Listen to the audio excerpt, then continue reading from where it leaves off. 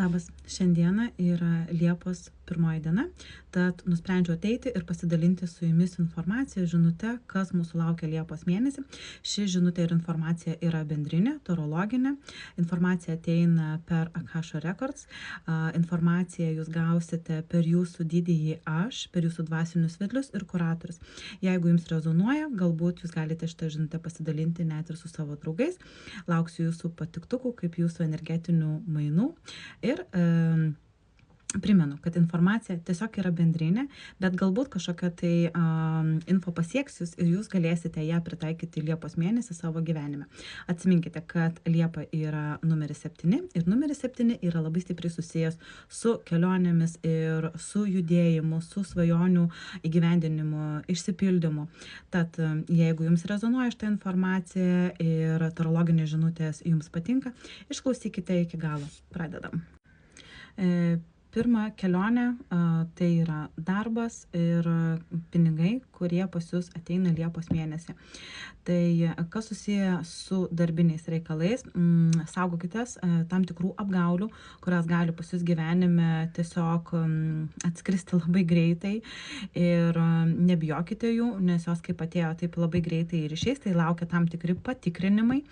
Patikrinimai eis per finansus ir per jūsų gerbuvį.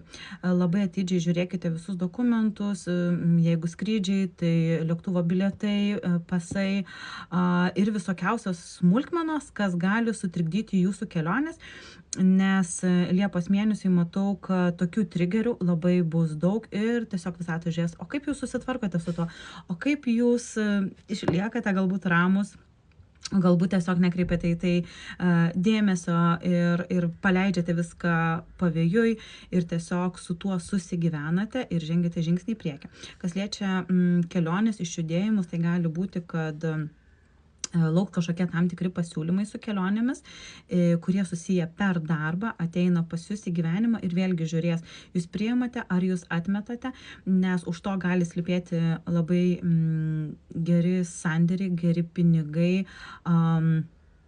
naujas kažkoks tai išjudėjimas tame darbe ir kažkokie tai pokyčiai, bet jums į naudą. Tai viską peržiūrėkite per tokį padidinamąjį stiklą ir viską labai gerai pasvarstykite, nes darbas ir pinigai Liepos mėnesį gali būti jūsų pirminiai tam tikri prioritetai ir jūs į tai prioritizuosite. Bet nepamirškite, kad jūs turite save ir palepinti ir mylėti ir pirmoje vietoje pastatyti save.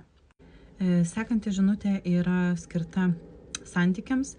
Tai jeigu jūs gyvenote šeimoje ir poroje, tai laukia tam tikri siurprizai, laukia kažkokie tai tam tikri išjudėjimai ir pabuvimai, pasidžiaugimai vienas kitu, meilės toks atkūrimas, liepsnojimas ir nauja tarsi pergalė santykiuose. Kas gyvenate santykiuose, bet paskutiniu metu yra užsisukusi mintis, kad galbūt santykiai yra ne jums, galbūt norite pokyčių, tai pokyčiai labai greitai jūs pasieks. Meilės jūs, jeigu ir nejaučiate, būdami santykiuose, tai jūs einate prieš save ir man rodo, kad tai vyksta tam tikra kova ir tam tikras nusižeminimas prieš save, dėl to visa tai keisis labai greitai Liepos mėnesį. Kas ieškote santykių, tai rodo, kad nauji santykiai pas jūs ateis labai greitai, bus didžiulė romantika, laukia tarsi tokia didžiulė perspektyva, nauji žingsniai į priekį ir tikrumas.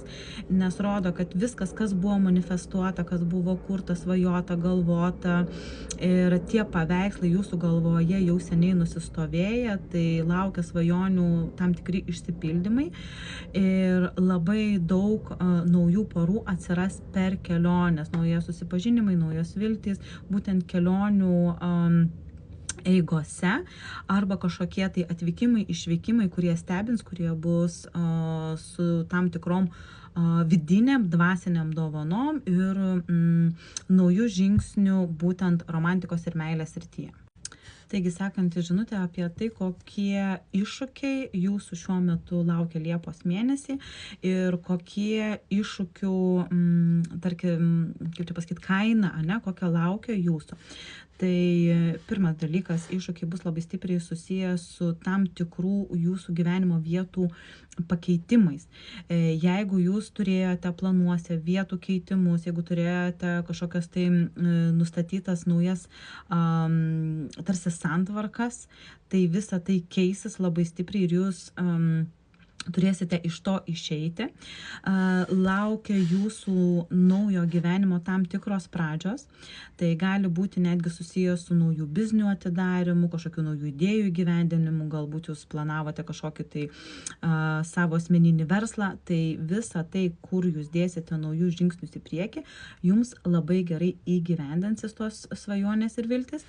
Ir tai labai stipriai lems jūsų gerbuvį. Jeigu esate šeimoje poroje, tai labai stipriai nulems ir jūsų šeimos gerbuvį ir jūsų vaikus. Tai visi nauji žingsniai padaryti Liepos mėnesį turės perspektyvų. Taipogi laukia žinutė iš visatos per ženklus, per sapnus, per galbūt dainos žodžius, galbūt per laikraščio naują kažkokį tai skelbimą ar taip toliau.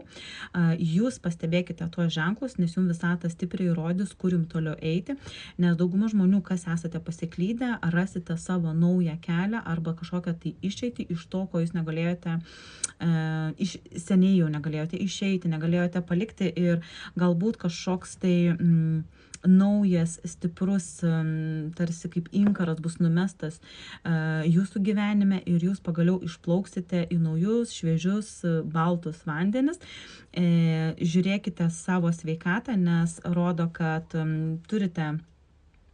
turite prisižiūrėti ją, tie, kurie nekreipiate dėmesio į tai, kokia jūsų sveikatos būklė, tai gali būti iš visatos priminimas, kad, come on, ateik čia, metas pasitikrinti ir pasižiūrėti, ant kiek tu save myli ir ant kiek tu save prižiūri.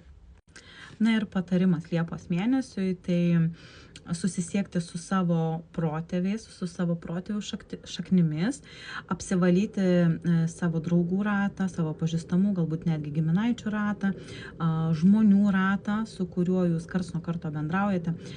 Gali būti netgi kažkoks tai priminimas ir žinutė atsiųsta, kad galbūt jūs turite keisti darbo vietą, nes esate ne ten, kur turite būti ir visata, jeigu jau mato, kad jums yra ne vieta ten, jūs tiesiog mes iš ten ir jūs turėsite pats arba pati eiti, šalintis iš netinkamos erdvės.